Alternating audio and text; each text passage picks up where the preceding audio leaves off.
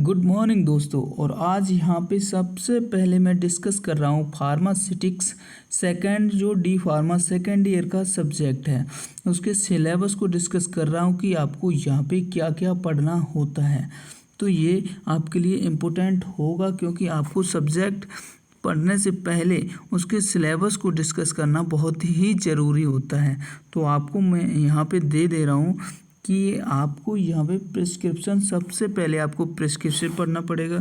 जो डॉक्टर एक फॉर्मेट बनाता है उसमें वहाँ पे वो दवाइयाँ लिखता है, उसके बारे में जो दवाइयाँ लिखी जाती हैं उस प्रिस्क्रिप्शन को ही, उस पर्चे को प्रिस्क्रिप्शन कहा जाता है।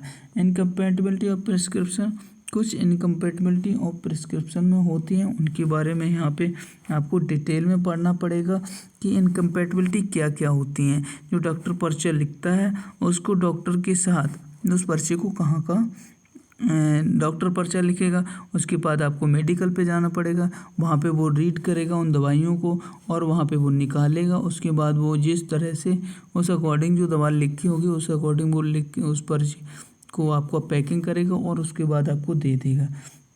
इनकम्पैटिबिलिटी पढ़ेंगे और उसके बाद पोसोलॉजी पढ़ेंगे। यहाँ पे पोसोलॉजी में आप डोज के बारे में पढ़ेंगे।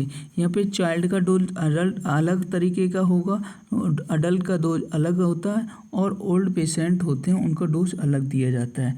तो यहाँ पे उनकी डिटेल को पढ़ेंगे।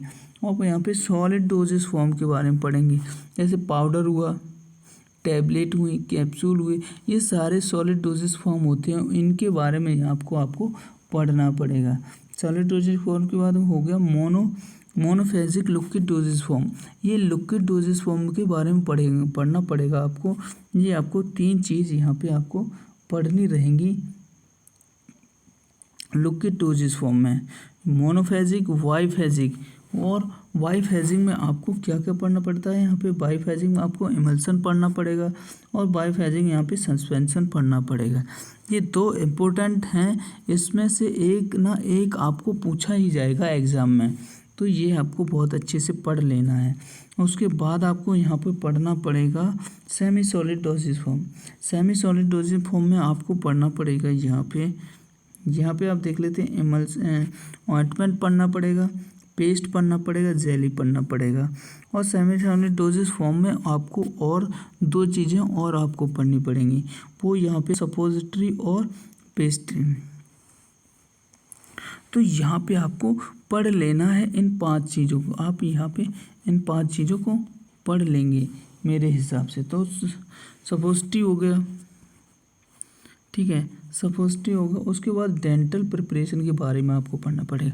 जो डेंटल क्लीनिंग होती हैं, जो डेंटल आपकी साफ़ सफाई, जो दांतों की साफ़ सफाई करते हैं प्रोडक्ट, उनके बारे में पढ़ना पड़ेगा। और यहाँ पे कॉस्मेटिक के बारे में पढ़ना पड़ेगा। जो ब्यूटीफुल बनाने के लिए, जो सौंदर्य प्रशासन के लिए यूज़ किए जाते हैं, जो ब्यूटीफुल बनाने के लिए जो प्रोडक्ट यूज़ किए जाते हैं, वो इसमें आपको पढ़ना पड़ेगा।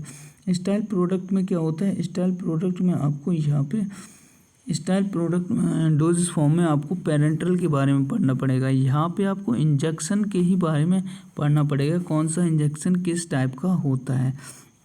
और ऑप्थेल्मिक प्रिपरेशन आपको पढ़ना पड़ेगा। ऑप्थेल्मिक प्रोडक्ट कौन से प्रोडक्ट होते हैं, ऑप्थेल्मिक प्रोडक्ट वे प्रोडक्ट होते हैं जो आप आँखों में यूज़ करते हैं। सिर्फ आपको इतना ही पढ़ना पड़ेगा यहाँ पे।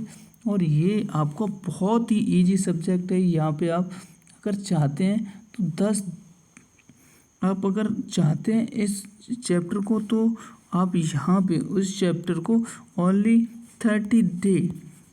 30 दिनों में कवर कर सकते हैं। इस चैप्टर को फुल आप कवर कर सकते हैं और एग्ज़ाम टाइम में आप एग्ज़ाम देके पास होके इस सब्जेक्ट में आएंगे।